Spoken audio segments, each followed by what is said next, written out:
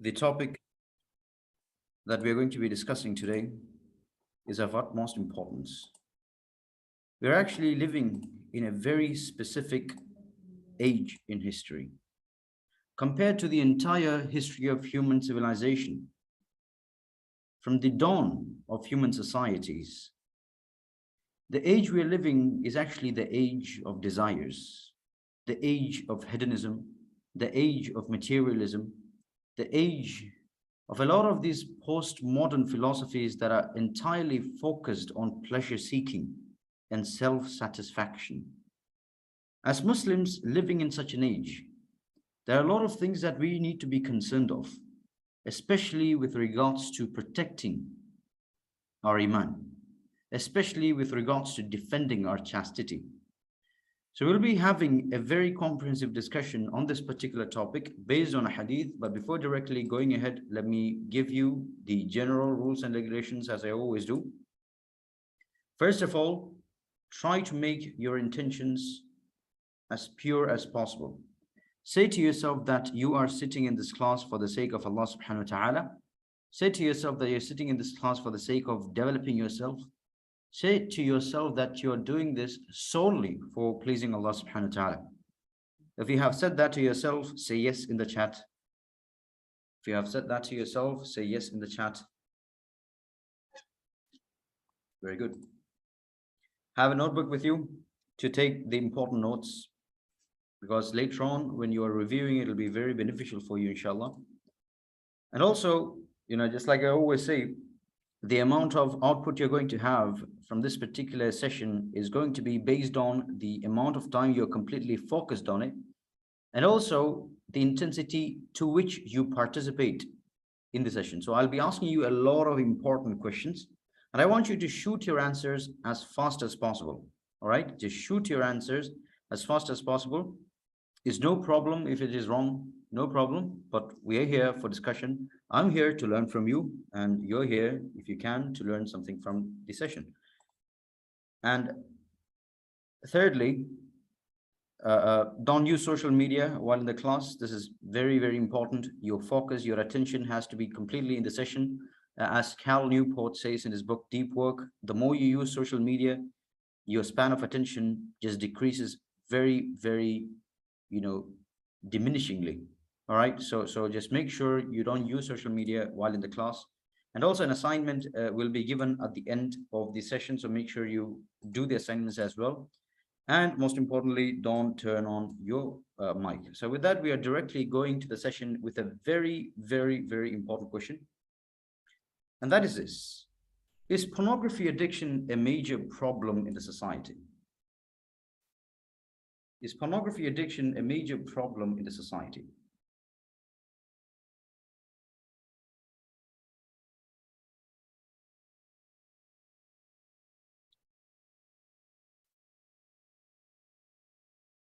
Okay, so the unanimous answer here is yes, right?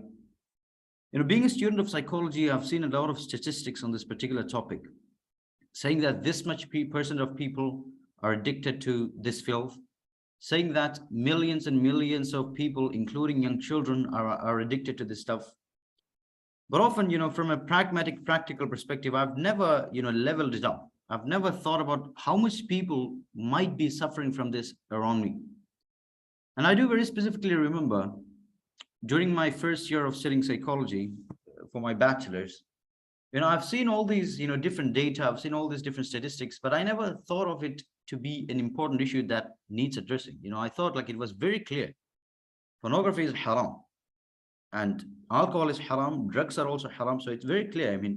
It doesn't seem very sensible for people to engage in it like directly, knowing that it's completely haram. So, I thought like it was not such a big issue. But then once, while giving khutbah, I used to be a khatib near the masjid, near my home. I used to give khutbah in the Malayalam language. And, one day specifically, I chose this particular topic because it was related to shahawat, related to controlling desires. So I was giving the khutbah. I did not give, much importance to this particular topic, but yes, I was speaking by touching on this particular topic. When I was speaking, like there were a lot of youth in the masjid who were sitting in the front, in the middle, and in the back. When I was speaking about this particular topic, I saw their face change. When I spoke about the importance of staying away from this particular sin, I saw regrets on their face. When I talked about the punishments of committing zina, and this is zina through the eyes, I saw some of them tearing up. And after the khutbah, after the class, a few people came in, we spoke. And that made real sense to me. All the statistics and all the data that I've seen, now I saw that in practice. The amount of people who are addicted to this stuff is extremely, extremely huge. And usually the statistics, it's based on study reports saying that, they do surveys and questionnaires, and the data is based on that. And it's very plausible and possible. It's more probable that there are much, much, much more people who are addicted to this stuff than what the data usually show. So this is the reality of the situation, my dear brothers and sisters. What I would say is pornography addiction should be in the topmost priority of the concerns of our society. Agreed or disagreed? Because this is a problem that has affected all homes in the Muslim Ummah. How many millions of homes are there? It has affected all of them. It has affected all of them. It was quite impossible for me to first completely accept this reality. Like, we know drugs are haram, we know alcohol is haram, this is also completely haram. But then how would millions and millions of people, a majority of the Muslim Ummah, fall into this particular trap? And that goes back to the psychology of desires. And we'll be talking more on this in today's session, inshallah. But at the same time, let me ask you another question. Now we have understood that pornography addiction is one of the biggest problems in the Muslim Ummah. And is not only, by people who are, in the adult stage or the teenage years. There are children who are watching it who are very, very small, very, very little. For example, a case that I've seen was from a child who was 13 years old, who had an entire hard disk of this stuff with thousands and thousands of videos and pictures. It was impossible for me to believe. And I've seen much more cases as such. I used to be in CLAN, Childline's Ambassadors Network. And if you look at the Childline reports that are coming from one district alone, you'll be astonished at how much sexually pervasive and perverted a community has become. So this is a topic that needs to be addressed as soon as possible, as fast as possible, as deeply as possible, as comprehensively as possible. But the sad reality is it's not getting the attention that it deserves. Let us look back to the last year, 2021. In 2021, there are about 50 weeks. All right, so 50 weeks means how much Jum'ah? 50 weeks means how much Jum'ah? We have one Jum'ah per week. So 50 weeks approximately, we'll be having 50 Jum'ah, right? 50 Jum'ahs. In 50 Jum'ahs, you get to hear 50 khutbahs. And these khutbahs are supposed to be about topics that are of extreme contemporary relevance that the society is currently facing. That is one of the objectives of the khutbah, right? Now, let me ask you, how many khutbahs dealt with this particular topic? And I want everyone to answer very sincerely. Out of all the khutbahs that you have heard last year, how much khutbahs talked about this particular topic?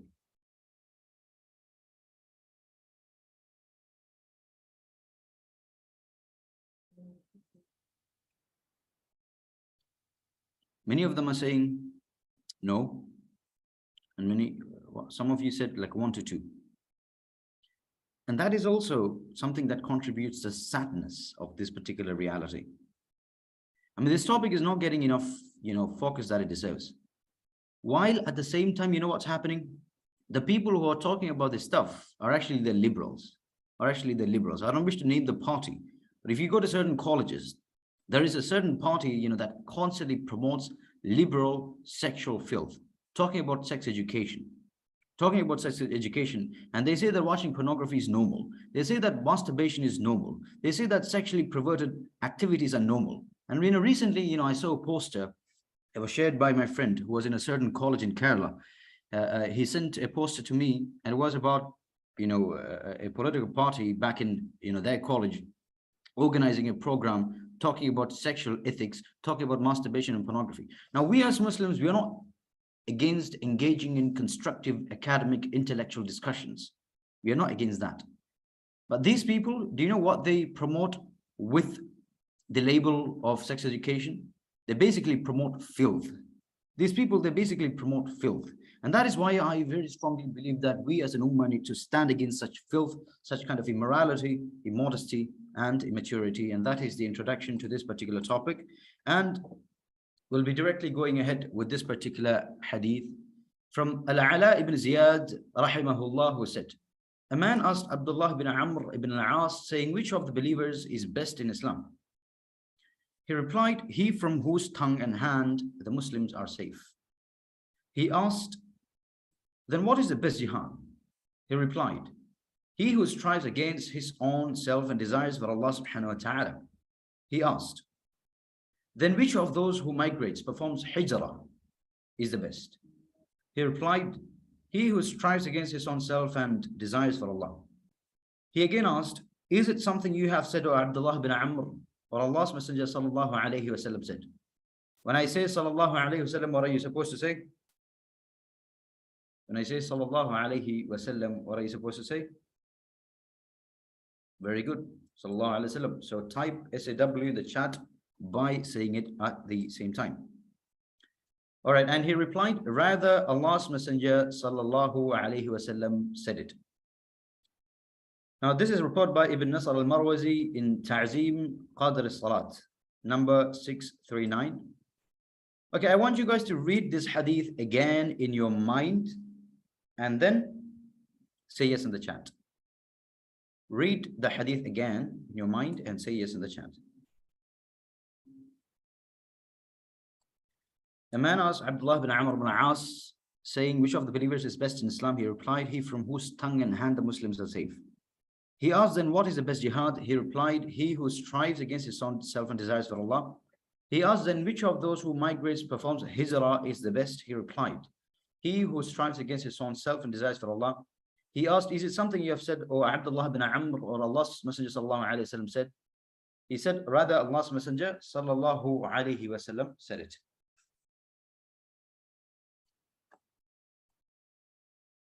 Okay, very good. Now, this hadith actually deals with three important things. And it is based on three questions. The first question was asked on who the best Muslim is. The second question was on what the best jihad is. And the third question was on what the best hijrah is. All right. Now, the next question I would like to ask you is, I want you guys to close your mind. Close your eyes and imagine the picture of a good Muslim.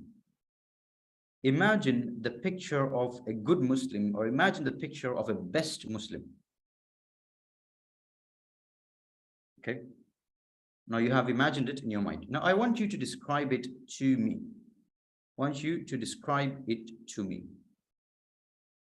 Can everyone type in like what they see when you thought about a good Muslim? What picture came into your mind? Describe it to me in the chat. Okay, one person said best character, genuine, sincere helper, leader to people. Okay, lowering the gaze. Okay, modest. Okay.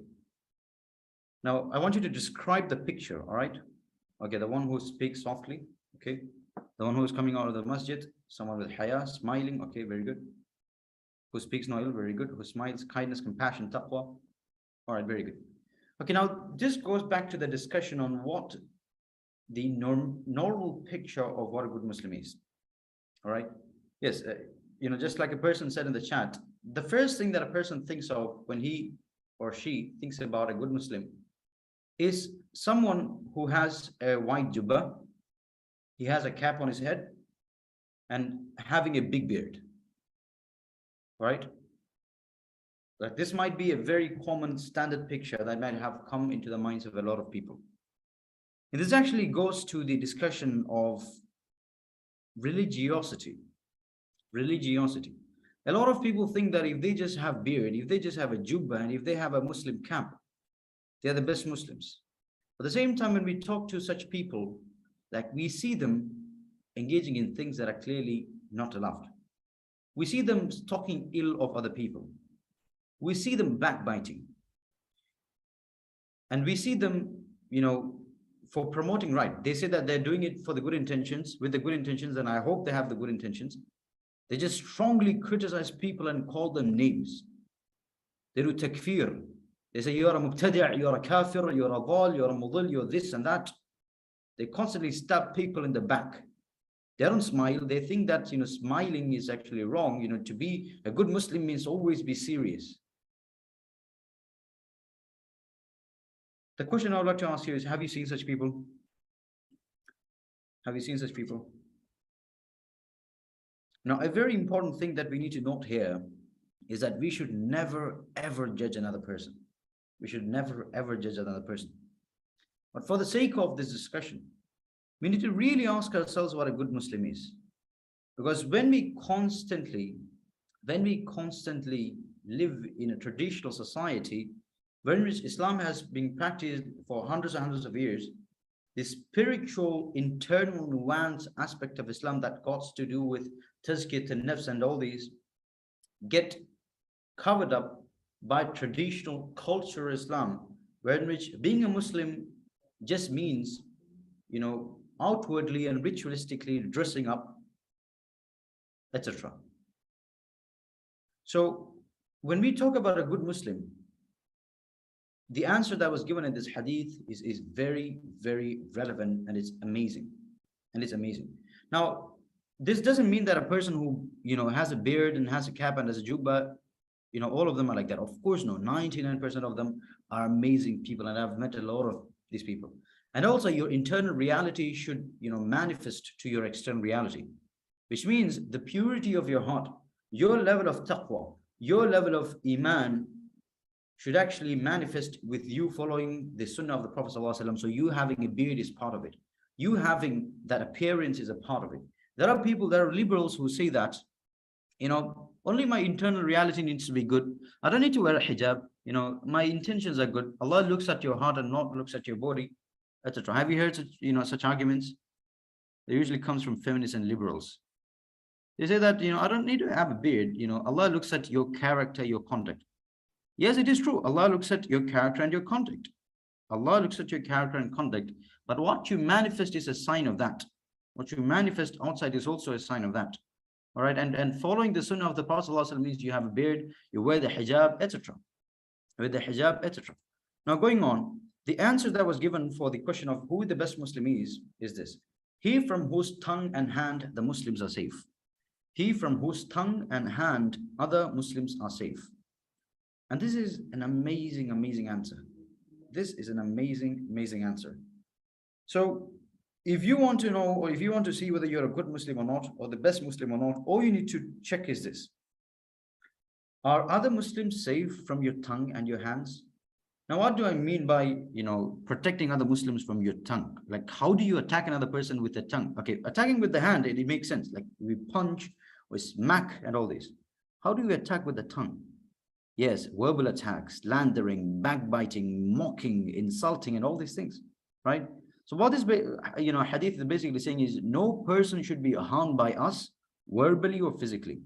Verbally or physically. Now, what do I mean by verbal assaults? Verbal means, insults, scandals, curse words, vulgar language, etc. And physical assaults basically means beating, kicking, smacking, pinching, punching, and all these things. All right. Now, when talking about verbal assaults, there's something, there's another category we need to be talking about. When we talk about physiology, something that we connectedly talk about is also psychology. So verbal assault is psychological assault, and physical assault is a physiological assault.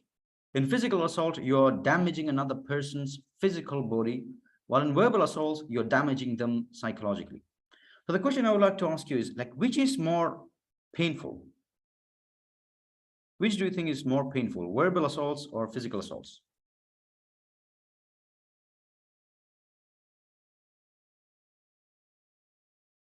The truth is verbal assaults. The truth is verbal assaults. Now, if somebody punched me and I have a broken hand, it'll probably be fixed in 2 months. I'll just rest and I'll take medicines and medications. It's done. It's done deal. But then if it is a verbal assault, that scar in the brain, that psychological scar will be there in your mind, in your heart. You know for how much years? It's not a few days and it's not a few months, it's not a few years. It's going to be there as long as that memory of that person is going to be there, which can go from 5 years to 10 years to 12 years to 20 years to 40 years.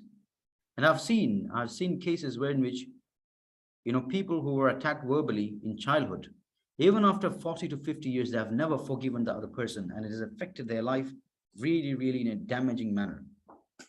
And verbal assaults, like it covers a lot of important things. Saying bad, filthy words and using abusive language, it is strictly prohibited in Islam. It is strictly prohibited in Islam, and sadly, we live in a time where which using such bad, insultful words is very normal today. It's very, very normal. You name it. If you look at every alphabet in the English language, you'll be able to find at least one curse swear word with that particular letter. We have the F word, we have the S word, we have the K word, we have the B word, we have the A word, we have the S word. There are a lot of bad words. The English language is filled with it.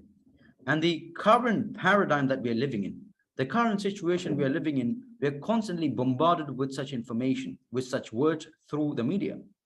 Through the media, we live in a time where filthy words have become a norm. While words are exemplified through movies, songs, and games. If you look at the songs that are being released today, it's filled with vulgar language. Like it's unbelievable how people can just sit there and enjoy listening to such stuff. La hawla wa la quwwata illa billah. La hawla wa la quwwata illa billah. If you look at movies, almost all movies that are being released today, they're filled with bad words. They're filled with bad words. If you look at games, bad words, they're also the norm today. They're also the norm today. So this is a very, very sad reality that we live in. And the thing that makes it more sadder is little kids are actually watching this. And little kids, they're listening to these songs. While they may not understand the meanings of these songs, they're just memorizing the things that are being sung in the song. They're just memorizing it and they're singing it. These people, they don't even know what the meaning of what they're saying is. And it's a very, very sad reality. It's a very, very sad reality. Now, back in my college, there was a guy, and ironically, this guy was also from the same political party that I talked earlier. And this guy was like, if you talk to him for 2 minutes, but like 1 minute would just be swear words. All right. 1 minute would just be swear words. All right. If he's saying one sentence, 1/3 of it is going to be swear words. All right. In the Malayalam language, the English language, and I don't know if he's also using it in Hindi. Anyway, so basically the guy uses a lot of filthy words, and this guy's a Muslim. And one day I just to have a discussion, I went to him and I talked to him a lot of important stuff. And one of the things that I said, like, come on, man, like you're a Muslim, like why are you using this, right? Why are you using this? And the guy, like, the justifications he was giving was like really strange. Like he's saying, this is, if you look at the earlier history, the bourgeois class, they did not have, this was actually the raw language of the bourgeois class, the middle class. We got to fight. I don't know what kind of justification that was. All right. Then we had a discussion, and he himself understood that this justification doesn't have, any core or doesn't have any base. All right. And then the next justification he was giving is this. Okay, I use it, but I don't mean it. Have you heard people saying that? I use it, but I don't mean it. I use it, but I don't mean it. A lot of people use the same argument. If you jump out of a building, of a 10-story building, knowingly and unknowingly, you're going to die. All right? Whether you mean it or you don't mean it, you're going to die. And these words, they have clear-cut, direct consequences. These words have clear-cut consequences on your heart, in your spiritual self. And also sociologically, do you think a person is going to respect another person who is always, saying the F word, the S word, the K word, and the B word? No, nobody's going to respect you. And a lot of people, they use such bad words to appear cool, right? And I know a lot of people who do that. Right? They use a lot of English, especially in English swear words, just so that, I'm cool. Like, I am, part of the trend. Like I'm modern, just to, show all this, And this is also one of the, huge justifications that I've seen. Whatever it is, if you mean it or if you don't mean it, It is not accepted in Islam. Regardless, it is not accepted in Islam. It is haram. And also, let me ask you a question. Imagine you're just walking in home, right? Like you're just walking in home and your toe, like your legs hit the leg of the table. Does it feel good or bad? It's going to feel really wonderful, right? Like when you're walking and like you're going somewhere, like, like maybe walking a bit faster, you didn't see the table legs and you just hit your legs on the table. I'm pretty sure a lot of people would be able to relate. Okay. Now the question is this. What word would come from your mouth when you hit your legs? Okay, we have a Malayalam word, we have English words. Okay. The thing is, your reflexive language use is actually a reflection of your hearts. A reflection of your hearts. If you're able to say Allahu Akbar, if you're able to say Astaghfirullah, if you're able to say at least, a word that is not a bad word, then that is all right. That is all right. But a lot of people, I've heard this a lot of times. When which, like the first word they say, can you guess what the word is? I don't want you to type it. I don't want you guys to type it. All right. The first word they say is the F word, right? F word and the like all the other words. And like astaghfirullah, like you just get shocked. You just get shocked. Like what? They're just shouting this stuff. And I do remember, I think it was in second year, I was called to NIT Calicut to participate in a debate competition representing the college. And just wait a moment, please.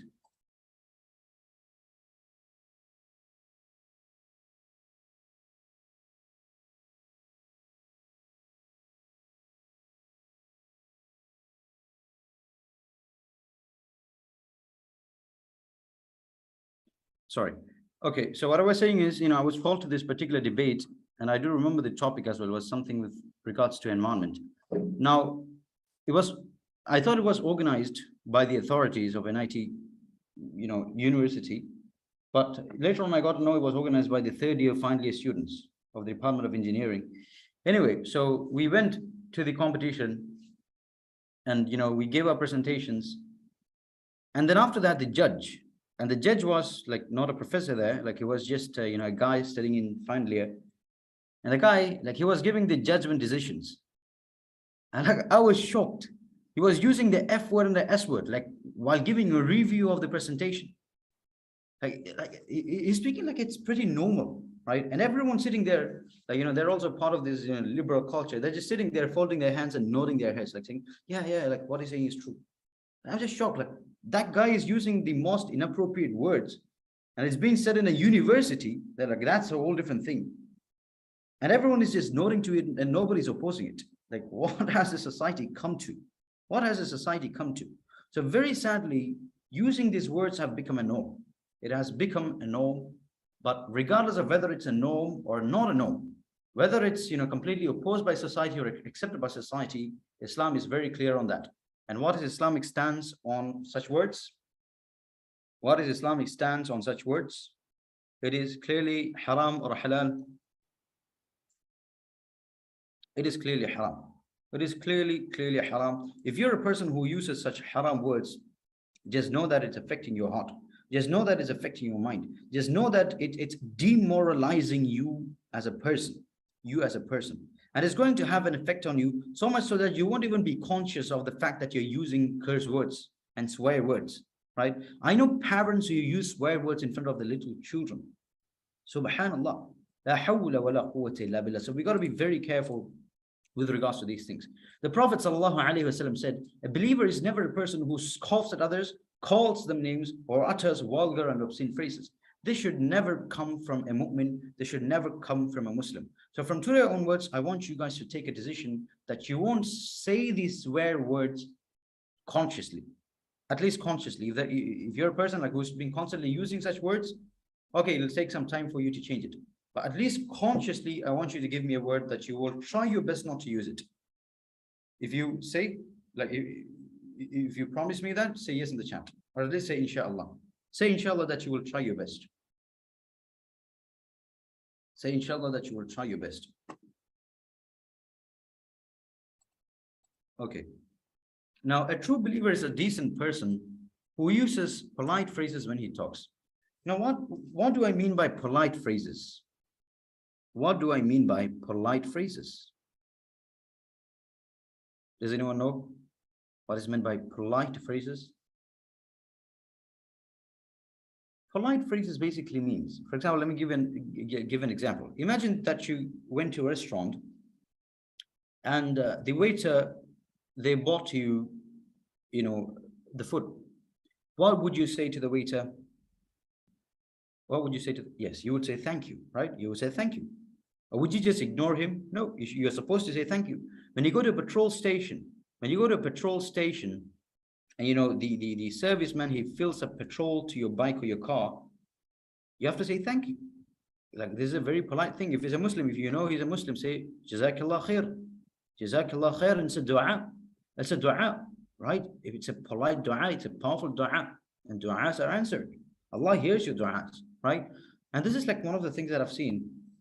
One good positive thing about the Western culture. Now, the Western culture is filled with the filth of liberalism, secularism, but there are a few positive aspects to this, and one of it is, such kind of polite language. I've seen them using a lot of polite language. Their mu'amalat, the way they interact. I've seen a lot of polite things being said. Thank you, please, and all these different phrases should be used by us. Now, I don't mean we need to use those English words, but whatever language you're from, try to incorporate such polite phrases into your words or into your language, right? And in Arabic too, like, there are a lot of beautiful polite phrases that are being used. All right, so try to use polite phrases. Now, there's another thing: criticizing. Is criticizing good? Is criticizing another person good?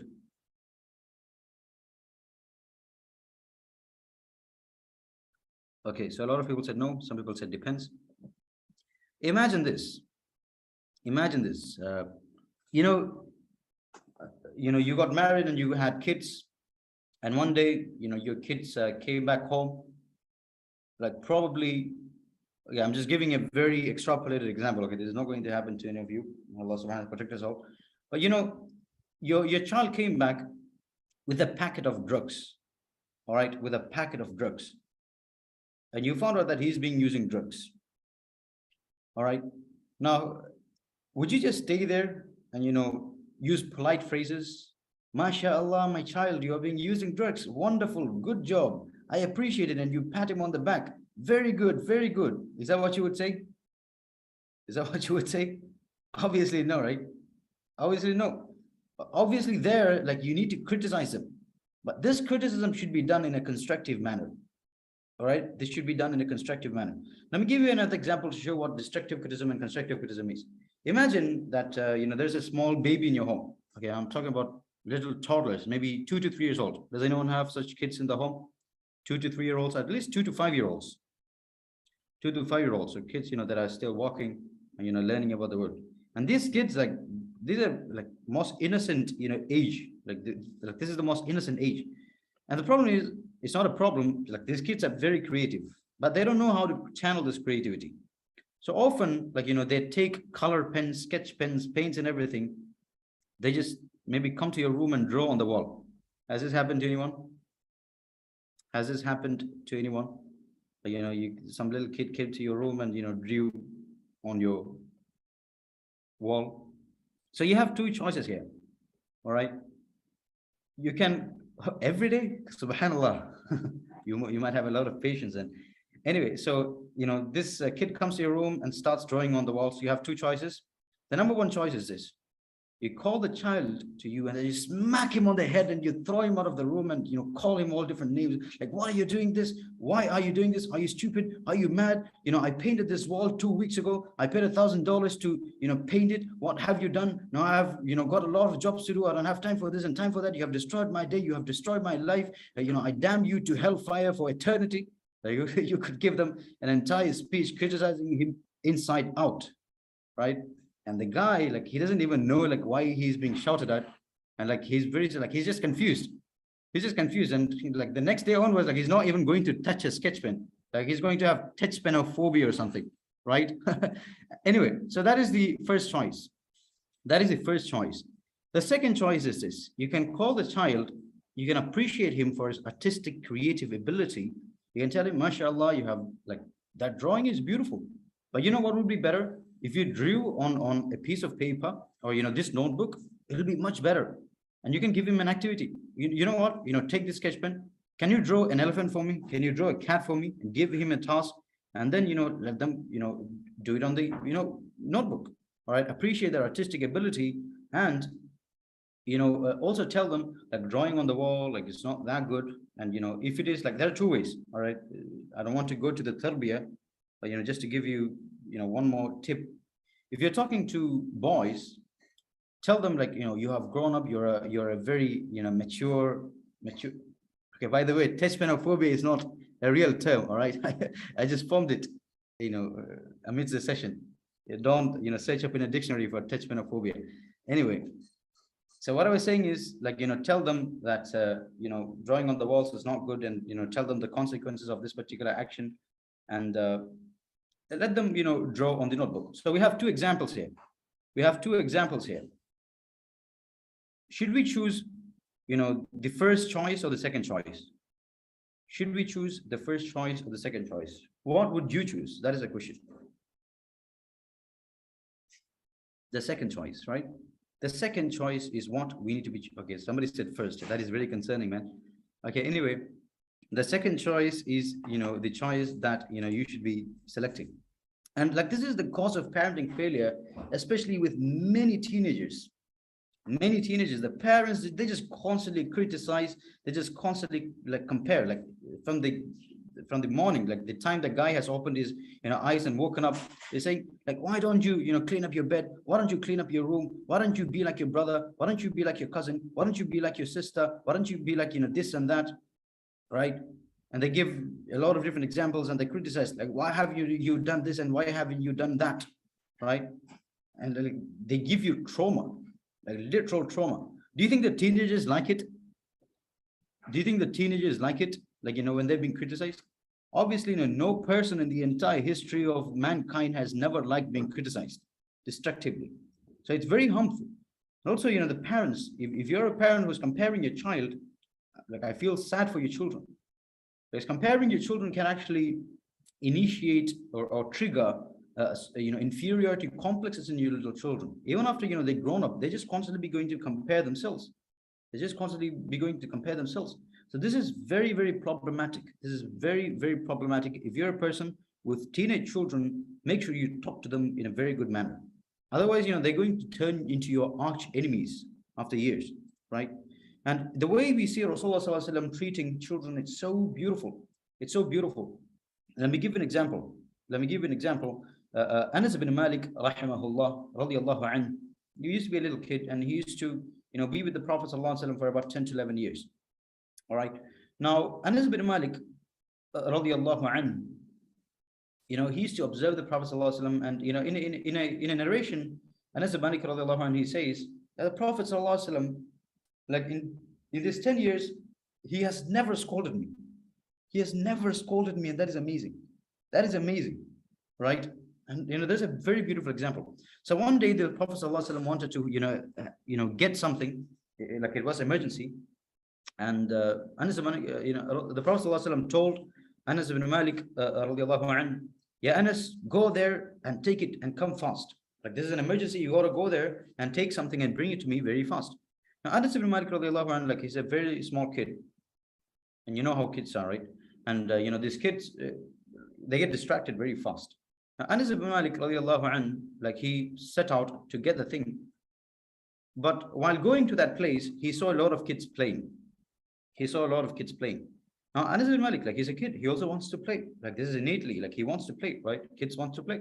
So the guy, he goes out to play with the kids, and he forgets completely about what the Prophet ﷺ sent him for. Now the Prophet ﷺ is waiting and waiting. Now, if the thing was also for another person, like, everyone there, like, they're also waiting. Like, where's Anas ibn Malik? Like, we're waiting for the stuff. Where is he? We thought, like, he's going to come back. Everyone is concerned. So the Prophet ﷺ himself, he set out to find Anas ibn Malik radiallahu anhu, and he goes. And he searches a lot and finally finds Anas ibn Malik radiallahu anhu, playing with the kids. Now, I want to put you in the same situation. Imagine that it is you and it is your child who is playing in the like in the field. You send him to take something emergency, like do it very fast, and everyone is waiting. And you searched up for him. You're anxious, like where's this kid? You search, like he went in the morning, and you're searching and searching, and you found him in the evening playing in the fields. How would you react to this little child?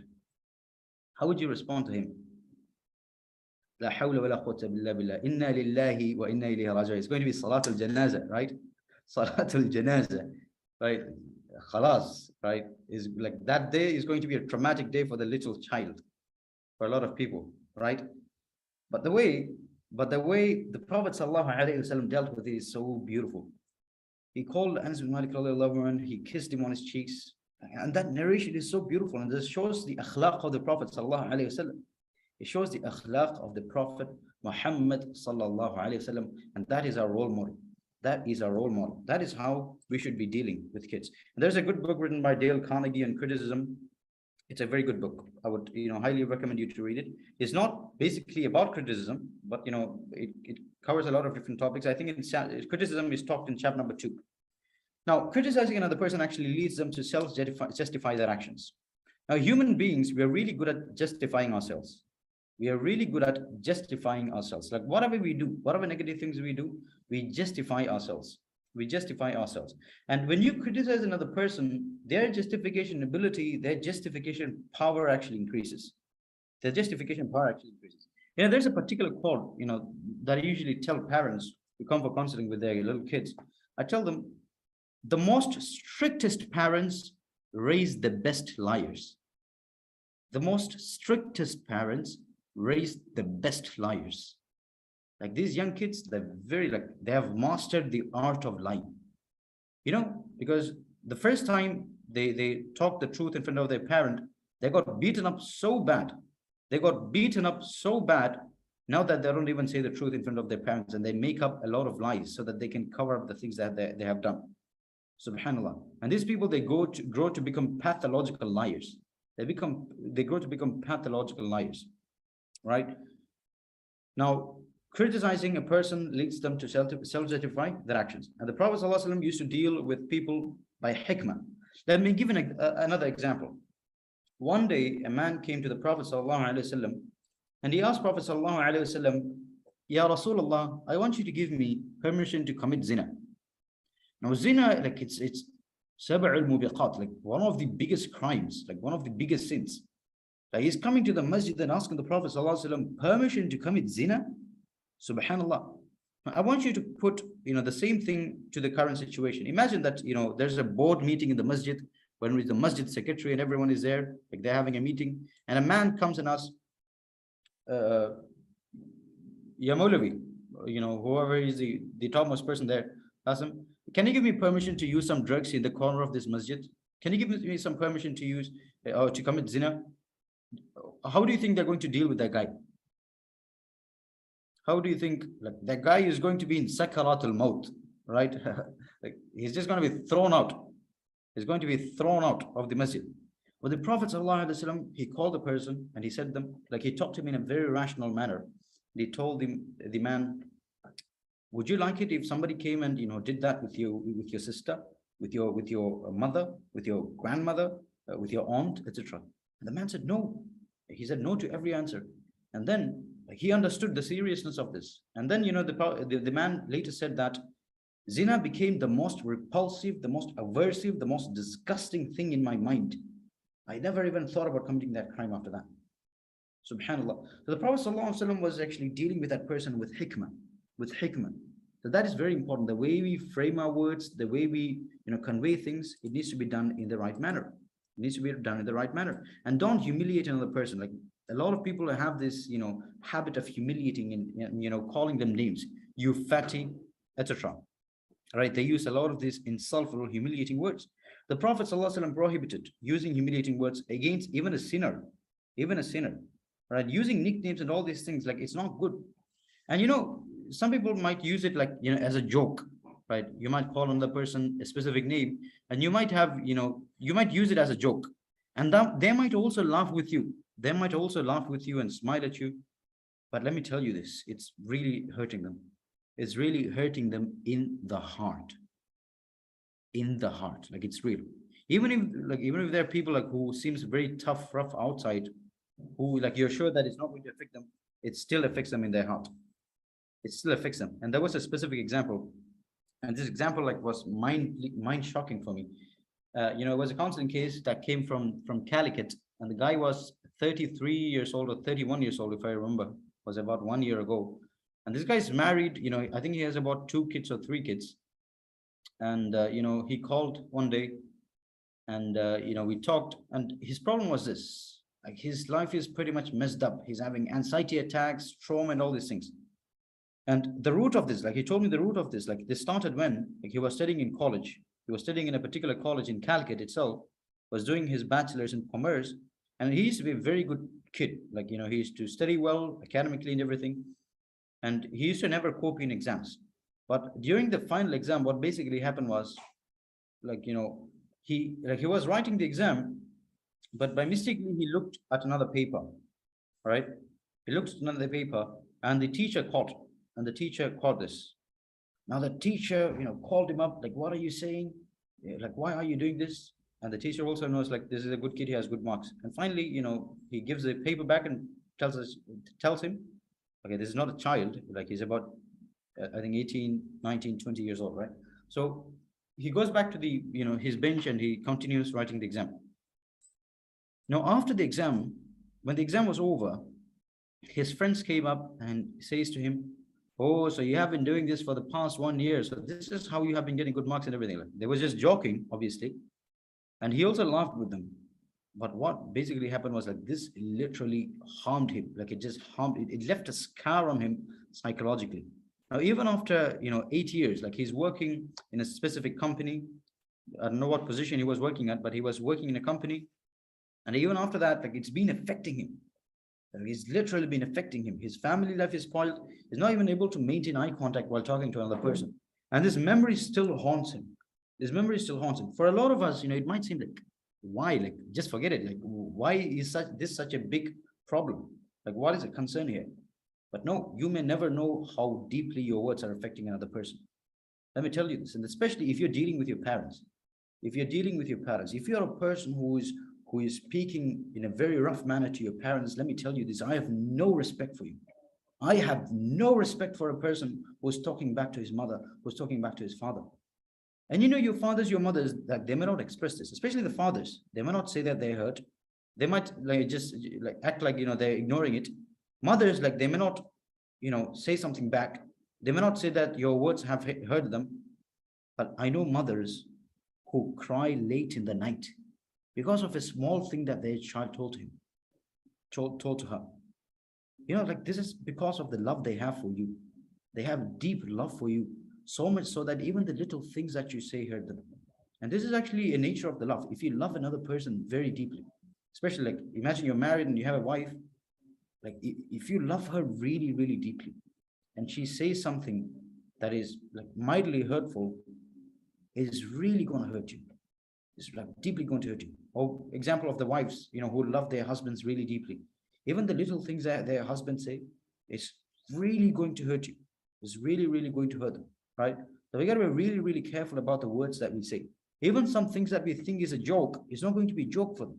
It's not going to be a joke for them, especially with regards to appearance. If you're insulting another person, and I've mostly seen this in the females, like I've seen a lot of them, insulting another person. I'm not saying this misogynistically, but I'm just talking about counseling experience and the things that people say. Why are you, insulting another person for his appearance? Allah created him in that manner. So how dare you have the audacity to insult the creation of Allah subhanahu wa ta'ala? La hawla wa la quwwata illa billah. So we got to be very, very careful of each and every word that we say. Each and every word that we say. And speaking unfavorably of others actually lawful in certain cases. Like there are 4 cases in fiqh. I think there are much more cases with regards to ikhtilaf in certain madahibs. But generally speaking, it is allowed to speak unfavorably of another person, declaring a witness unreliable in case of a law in court.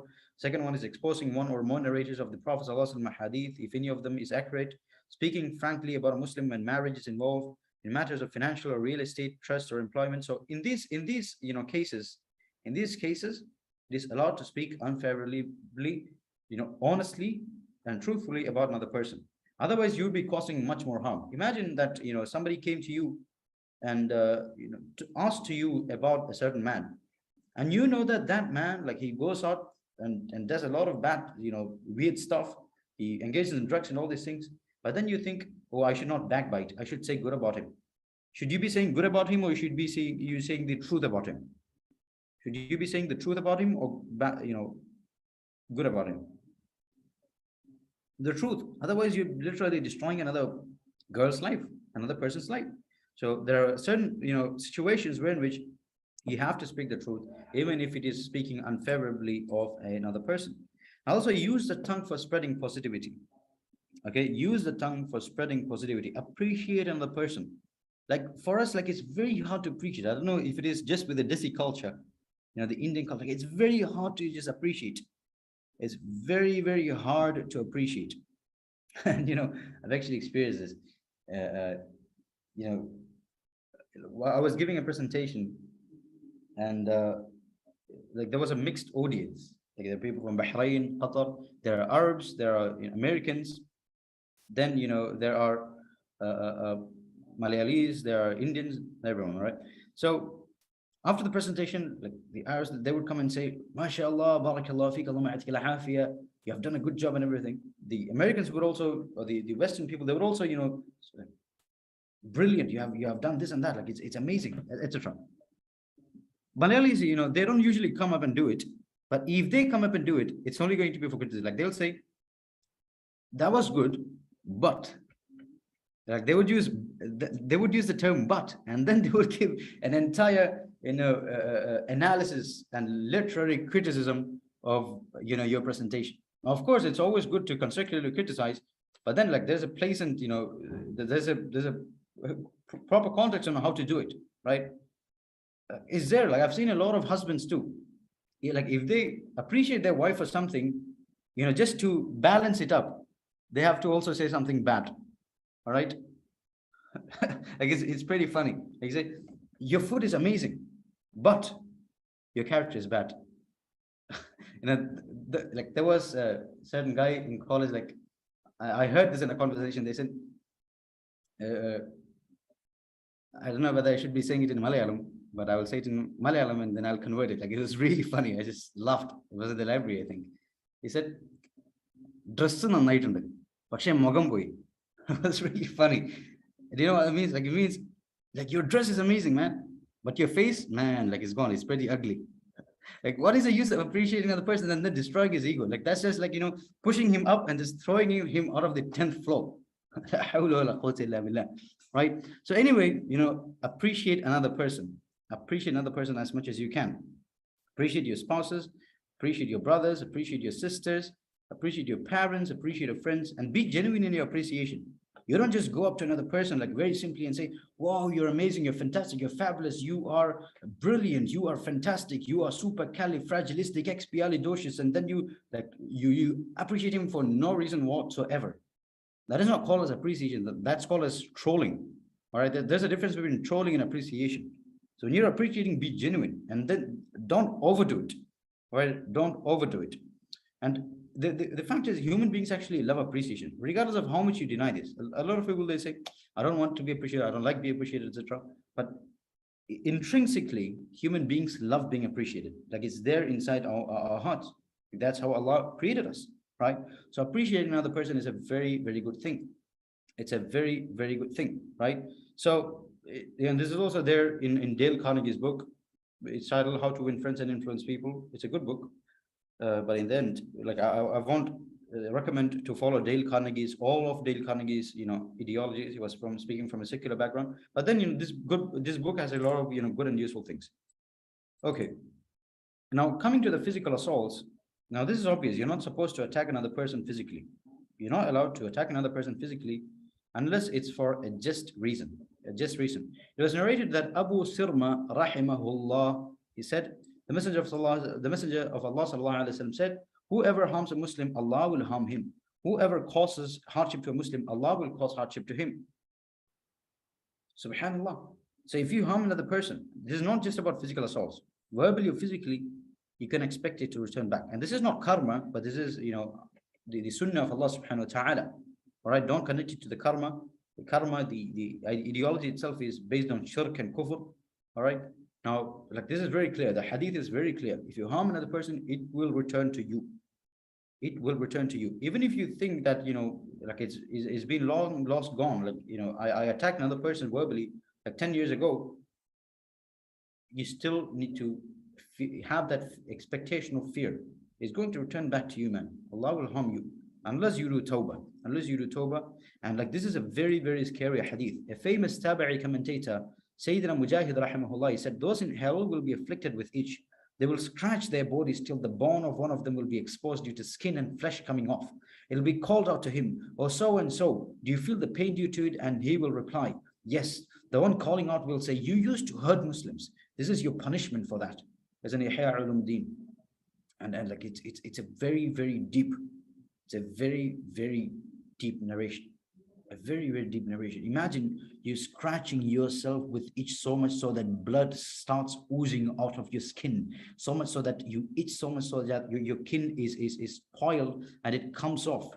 It comes off, it tears off. It tears off, and then you continue scratching. You can't stop the scratching, and you're screaming with pain, and tears of blood are coming out of your eyes, and you're just wailing and weeping, and you're continuing the scratch, you're continuing the itch so much so that you scratch through your flesh. You scratch through your flesh, and your flesh is coming out, and it's deeply painful. It's deeply painful. Then you scratch and scratch and scratch until you're scratching your bones. La hawla wa la quwwata illa billah. La hawla wa la quwwata illa billah. This is your punishment for hurting another person. So each time you hurt another individual, this analogy should come in your mind. This analogy should come in your mind. So think about it deeply. Whenever you assault another person, knowingly or unknowingly, whether it's kids, even while talking to kids, when we're talking to your parents, and with parents, like punishment is going to be multitude times greater than this. So be very, very careful about how you deal with people. Be very, very careful. Be very, very careful. And if you do all the Islamic rituals to the letter, if you go for salah 5 times a day, if you go for hajj, if you give zakah, if you fast in the month of Ramadan, but if other Muslims are not safe from your tongue and your hands, you are not a good Muslim breed. All right? So if you want to be a good Muslim, also focus on developing your akhlaq. I'm not saying that, praying 5 times a day in zakah and sawm and hajj are not important things. But these are very important. Arkanul Islam, pillars of Islam, very, very important. But that's not it. Your personality, your character also needs to be at that level of spirituality. Right? Okay, now another question I'd like to ask you is this. When you think of jihad, what image comes into your mind? When you think about jihad, or what picture comes into your mind? Like who comes into your mind? Or like what kind of things comes to your mind? War, Afghanistan, battle, death, Hitler? Okay, that's strange. So like, most probably a guy who watches BBC News, the first thing that comes into our mind would be some guy with a turban and some Islamic symbol with a Quran in his right hand and a rocket launcher on AK-47 and an artillery bomb on his left hand, saying Allahu Akbar and screaming, right? And screaming. Like this is like a typical picture that comes into people's minds when we say the word jihad. But like, what is the meaning of jihad? Does anyone know the meaning of jihad? What is the meaning of jihad? What is the meaning of jihad? Jihad means struggle. Jihad basically means struggle. Now, when we go back to that particular hadith, the third question, the answer for the third question and the fourth question, the second question and the third question. The second question was, what is the best jihad? The third question was, what is the best hijrah? The answer that was given to both of them is the same answer. And the answer is this: he who strives against his own self and desires for Allah subhanahu wa ta'ala. And this is something very, very powerful. This is something very, very powerful. Let me read this answer again. If you have also read it, say yes. He who strives against his own self and desires for Allah subhanahu wa ta'ala. It's actually a very, very powerful statement. If you finished reading it, say yes in the chat. Now, jihad is basically the most misunderstood term of the 21st century. The most misunderstood term of the 21st century. Right? Jihad basically means struggle. Jihad basically means struggle. Right? When I'm teaching you, I'm basically doing jihad. Right? I'm basically doing jihad. Like amidst all my classes and everything, like I just schedule a time to teach. So I'm basically struggling. Which means I'm doing jihad. You guys, you may be traveling, you may be having a lot of different works. Amidst that, you're sitting here and listening to the class for the sake of Allah subhanahu wa ta'ala. You're also doing jihad. You're also doing jihad, right? Jihad basically means struggling. Jihad basically means struggling. And there are different types of jihad. Jihad. Now, helping your parents is jihad, giving charity is jihad, fasting is jihad, forbidding evil is jihad. These are all different kinds of jihad. So jihad is an umbrella term. Jihad is an umbrella term, right? And there's actually a narration in a Sahih Hadith. Once the Prophet ﷺ was returning from a battle, and he said to the companions that they are now going to a bigger jihad. And everyone was like scared, anxious. We're coming from a battle, and battle is not easy. And this particular battle, it was very hard. And then the Prophet ﷺ is telling them, you're going to a bigger jihad. A bigger jihad. Like everyone was shocked. And they asked, Ya Rasulullah, what is this jihad? And the Prophet ﷺ said, it is jihad an-nafs. Jihad an-nafs basically means struggling against yourself. Struggling against yourself. Struggling against your own desires. It's not an easy thing, especially living at a time wherein it's following desires and hedonism and hypersexuality. We live in that particular time. So you fighting against yourself is very hard. It's very, very hard. Right? It's very, very hard. Now, the meaning of jihad basically means struggle. But sadly, we see a lot of these news channels twisting the meaning. Today, the word jihad is consciously misinterpreted and twisted by political agencies for their own agendas and propagandas. And then we have, organizations like the Islamic State and, all these different terrorist organizations who are very well, clearly politically motivated or very clearly funded by the Western political power structures.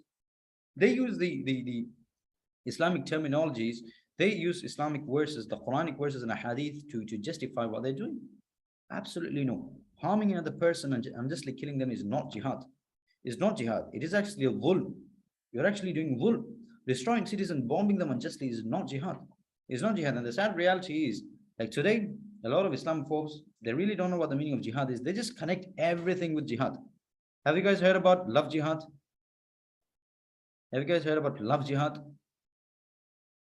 Love jihad, like this is senseless. Like, what do you mean love jihad? Like, even premarital love, it's haram in Islam. And then you say love jihad, right? And then there is a narcotics jihad. Like, this is very funny. Like, when did drugs and alcohol became halal in Islam, right? There is a narcotics jihad, there is a land jihad, there is a UPSC jihad. I wouldn't be surprised if they came up with shawarma jihad. I wouldn't be surprised. Like, what are you saying? What are you saying? Like, connecting every single word with jihad, like that is utter stupidity, right? So as Muslims, we need to spread awareness on this particular issue. It's very important that we educate other people and tell them what the real meaning of jihad is. And also, defending the deen is jihad, all right? The warfare, like that, was also part of jihad. That was also part of jihad. And it was, the earlier battles were between haqq and batil. But today, the battle is between Islam and a lot of these, ideologies, atheism, liberalism, feminism, LGBTQ activism, etc. Right? And I think it is written in Dr. Andrew Haywood's book. There's a book on the introduction of political philosophies and ideologies. In that book, he clearly says the upcoming war is between the West and Islam. By the West, he means, all these postmodern philosophies, right? Now, engaging in intellectual battles and defending the deen, it is a very important jihad. So, one thing that I would say is, like, if you guys are not able to directly engage in such things, like with regards to conversation, debates, and discussions, at least support the people who are doing it. There are a lot of good pages. There are a lot of amazing da'is who are doing it back in Kerala and also, across the world. Support them, like, their videos, subscribe them, share their works, and you're also being part of this movement. So try to do it as much as possible, inshallah. And the greatest jihad, I said, as I mentioned earlier, it is the fight against the self. The fight against the self. And self-accountability and self-control plays a vital role in the formation of a pious character. And as I mentioned earlier, today we live in a world where we are faced with onslaught of temptation and desires every single day, every single day. So fighting against itself, like it has become very, very hard, but we got to do it. You got to do it, right? Now, this is an ayah in Surah Nazi'at. وَأَمَّا مَنْ خَافَ مَقَامَ رَبِّهِ وَنَهَى النَّفْسَ عَنِ الْهَوَى فَإِنَّ الْجَنَّةَ هِيَ الْمَأْوَى. And it's a beautiful ayah. It's a beautiful ayah. It basically says, as for him who feared to stand before his Lord and he restrained himself from his desires, then paradise will be his refuge. If you stop yourself from committing something haram because of the fear that Allah subhanahu wa ta'ala is watching me, Allah will give you something much, much better in the dunya. Much, much better in the dunya and also in the akhirah. Also in the akhirah. In the akhirah, you're going to get Jannatul Firdaus. You're going to get Jannatul Firdaus, and it's beautiful. So have this in your mind. Whenever you're doing something, like you have that tendency to do something haram, whenever you want to say something haram, like that curse word and the swear word is just like you just want to blast it off from your mouth because you're very angry, remember this ayah. وَأَمَّا مَنْ خَافَ مَقَامَ رَبِّهِ وَنَهَى النَّفْسَ عَنِ الْهَوَى فَإِنَّ الْجَنَّةَ هِيَ الْمَأْوَى. If I stop myself from doing this, then Allah subhanahu wa ta'ala is going to give me something that is much, much better. Much, much better. When you want to look at haram, when you are in that hormonal high, when you want to look at haram, when you know that nobody in the world is watching me, I'm having all the opportunity to commit something haram, think to yourself, my Lord, Allah subhanahu wa ta'ala is watching me, and I'm going to stay, away from this. I'm going to control myself. I'm going to control my desires. If you do that, Allah will give you something far, far better. Far, far better. If you're stuck in, some premarital haram relationship, which is a big problem in the society, and sadly, it's not even talked about much. It is not getting the attention that it deserves. And if you're stuck in such relationships, understand that if you cut it off, if you stop it, if you escape from it, for the sake of Allah subhanahu wa ta'ala, if you leave it for the sake of Allah subhanahu wa ta'ala, Allah will give you someone who is much, much better. Allah will give you someone who is much, much better, right? So whenever you are having that tendency to engage in something haram, think to yourself this ayah, remember this ayah. وَأَمَّا مَنْ خَافَ مَقَامَ رَبِّهِ وَنَهَى النَّفْسَ عَنِ الْهَوَى فَإِنَّ الْجَنَّةَ هِيَ الْمَأْوَى. فَإِنَّ الْجَنَّةَ هِيَ الْمَأْوَى. And this is a hadith. أشد الجهاد جهاد الهوى من منع نفسه هواها فقد استراح من الدنيا وبلائها وكان محفوظا ومعافا من أذاها. The most difficult jihad is the struggle against the desire. Whoever can prevent himself from his desires will be relieved from the world and its trials, and he'll be protected and safe from its arms. Now, just a clarification, I'm not sure this was a particular hadith or a phrase of a scholar, but try to find a reference for it. But this is something very authentic, and it's a very, very deep quote. The most difficult jihad is the struggle against the desire. There is nothing much harder than that. There is nothing harder than that. All right. So whoever can prevent himself from his desires will be relieved from the world and its trials. And some people think that if they just commit sins, they can do tawbah after that. But who said that your life is guaranteed? Who said that your life is guaranteed? Stop deluding yourself. And also, each sins that you commit is going to return back to you. Of course, in the akhirah, it's going to be there, but even maybe in the dunya. Maybe there was a huge blessing that Allah subhanahu wa ta'ala wanted to give you, but He took it away because of your sins, because of what you committed. Maybe Allah subhanahu wa ta'ala wanted to reward you with an amazing job, opportunity, but Allah took it away. Allah stopped it because you committed something that is haram. You saw something that is haram. Imagine that Allah subhanahu wa ta'ala wanted to give you the best spouse who fits with you and is compatible with you, but that blessing was stopped and cut off because of something that you did. So say astaghfirullah al-azim and seek tawbah from Allah subhanahu wa ta'ala from committing sins, because it will destroy you. It will completely destroy you. We live in a hypersexualized world. Where pornography addiction and masturbation addiction, like, it has become very normal. And there are agencies, there are clear-cut social, geopolitical agencies that are trying to promote this. For example, the political party that I mentioned earlier. They're having these huge programs in the name of sex education, promoting homosexuality, masturbation, pornography, and all this filth. La hawla wa la quwwata illa billah. Allah al-musta'an. What are these people doing? And they say that pornography watching it's normal. It's normal. That is messed up. That is totally messed up. And the sad fact is, even the world of psychology, if there are students of psychology here, Like if you open the DSM, Diagnostic and Statistical Manual of Psychology, it's the 5th edition, and if you go to the, if you just surf through it, you won't find the issue of pornography addiction in that. You won't find the issue of pornography addiction that it's not even considered as an addiction, even though millions of people are suffering from it. Even though millions of people are suffering from it, we'll try to have a specific session for this particular topic, inshallah, because this needs to be talked at in depth. I have actually built a very comprehensive course on this, covering all different aspects of this, talking from a spiritual, psychological, political, social, and philosophical aspect. So the topic is much more deeper than that, but we'll cover it when the time comes, inshallah. And with regards to masturbation addiction too, if you go to a liberal psychologist, if you go to a secular psychologist, and if you ask them, is masturbation okay? What answer are they going to give you? What answer are they going to give you? What answer do you think they're going to give you? If you ask them if masturbation is all right, you know what they're going to say? They're going to say it's normal, it's natural, it's sexual exploration. La hawla wa la quwwata illa billah. If you skim through the research papers, and I've done that, I've done a critical study of this topic, and the thing is, the research reports that say, like, it'll prevent prostate cancer and everything, like, it's not very well scientifically based. It's not well scientifically based, and it's a very, very sad reality. It's a very, very sad reality. Anyway, we'll cover that when the session comes. But what we need to understand is it's very problematic. These behaviors can literally destroy you. Can literally destroy you. The amount of people addicted to this stuff is staggeringly huge and shocking. And the fitna through sexual desire is the most prevalent in the Muslim society, yet it's the most least talked about, as we mentioned earlier. It's the most least talked about. The physiological consequences of watching this haram filth, even for 1 second, it's very, very huge. It's very, very huge. There are a lot of scientific studies proving this. There are, magnetic resonance imaging, scan of the brain that clearly shows like how damaging it is to the brain. If you research more about the Coleridge effect and the different psychological consequences of this particular field, like, you'll literally be shocked. You'll literally be shocked. You'd almost want to, pluck out your eyes so that you can protect yourself from watching such stuff. Like, that's how harmful this is to your brain.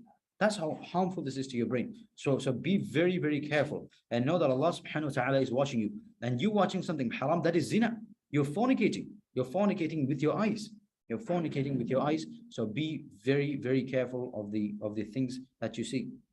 And today, marriage has become very, very hard. And these natural tendencies in your body, whether you're a man or a woman, it's pretty natural, it's pretty normal to have those sexual feelings and tendencies. But at the same time, the way to channel these tendencies is through marriage. It's through marriage, and that is the halal door that Allah subhanahu wa ta'ala has made. But sadly today, marriage has become very, very difficult. Marriage has become very, very difficult, and the expectations have increased. Materialism has increased. If you want to get married, how much would you have to spend? In the least, like, I'm talking about minimum. Today, if you want to get married, how much will you have to spend in the minimum? How many lakhs? 5 lakhs is the starting. Then it goes 10 lakhs, 15 lakhs, 20 lakhs, 30 lakhs, 40 lakhs. It just keeps increasing. It just keeps increasing. You're throwing a massive party, with dances, music, and whatever filth that you're including in it. SubhanAllah, the society has made it very difficult. Very difficult. I participated in a marriage of a friend here in Egypt, and it was, I think, 2 or 3 weeks ago. 2 or 3 weeks ago. It was very beautiful. You know what he did? Like, the nikah was like in the masjid. They did the nikah. Everyone was given a book and dates and a chocolate. Khalas, it's done deal. It's finished. It's finished, and they go back home. They enjoy their life. Like, they live very happily. I don't understand. Like, what is the use of you spending millions of dollars for the sake of showing off your wealth? La hawla wa la quwwata illa billah. La hawla wa la quwwata illa billah. Like, this is against Islam. This is against Islam. If you want to utilize this money, at least invest that kind of money in your marriage. Like, go for trips together. Like, that is a good thing in helping build bonds. Buy gifts for each other. You can invest that particular money in a lot of halal ways. But then you are so obsessed over spending this money to showing off. La hawla wa la quwwata illa billah. So there are a lot of cultural sophistications when it comes to the issue of marriage. And the halal door that Allah subhanahu wa ta'ala has made has become very, very hard and inaccessible to the youth, so much so that they are being pushed to open the doors of haram. When the door of halal is closed, the door of haram opens. So we got to be very careful. And as parents, it's mandatory that we facilitate marriage for little children, for our young kids. It's very, very important. It's very, very important. And with regards to pornography addiction, I've actually made a highlight on my Instagram page for those people who would like to learn more can go into that and read through the slides. I think there are about 200 slides. It's very comprehensive and it covers different aspects of this particular topic. And the first slide covers the psychological side of this particular topic. And the second slide talks about the theological side of this particular topic.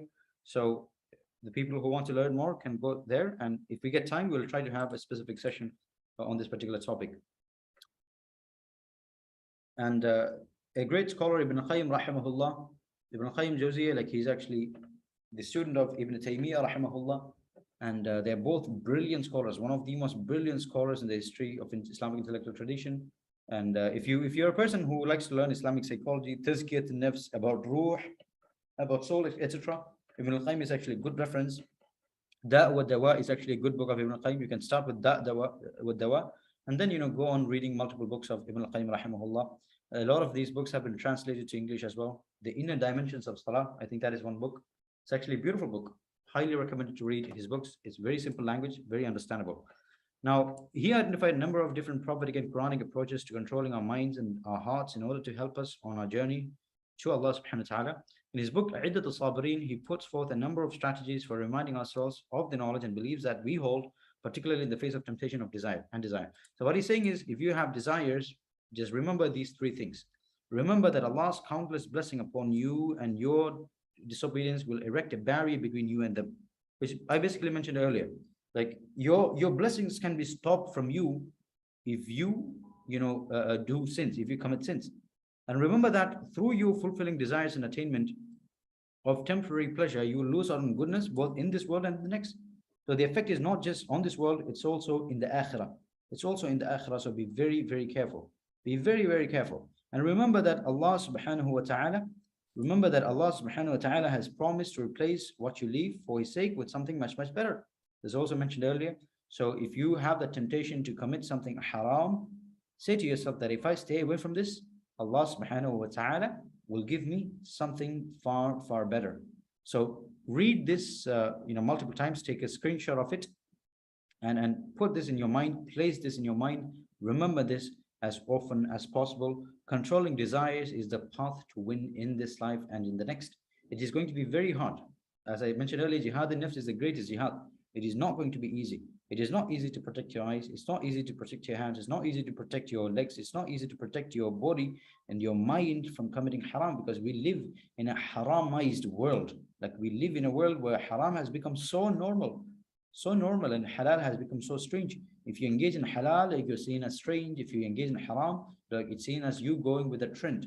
So always remember Allah's countless blessing upon you whenever there are opportunities that are opening up for you to commit haram, and know the seriousness of each sins. The small sins that you think that doesn't cause much harm, is very, very damaging. It's very, very destructive. It's very, very dissoluteful. It'll leave you void and devoid of spiritual bliss in your heart.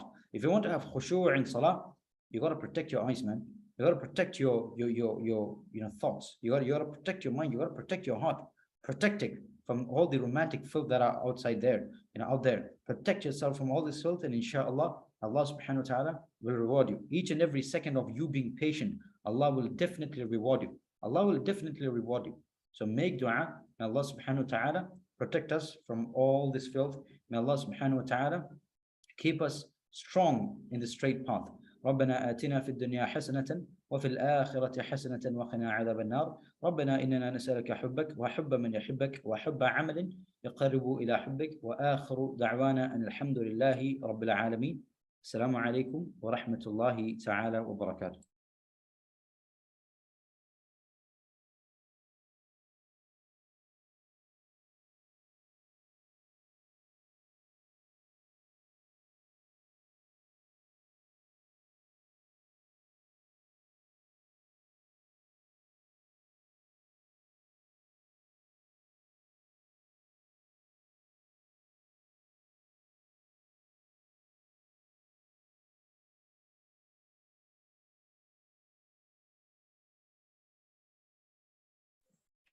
Jazakallah khair, Brother Wafi. It was a very beautiful session.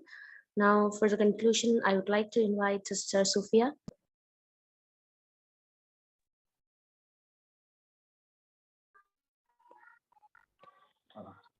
Assalamu alaikum rahmatullahi barakatuh. Am I audible?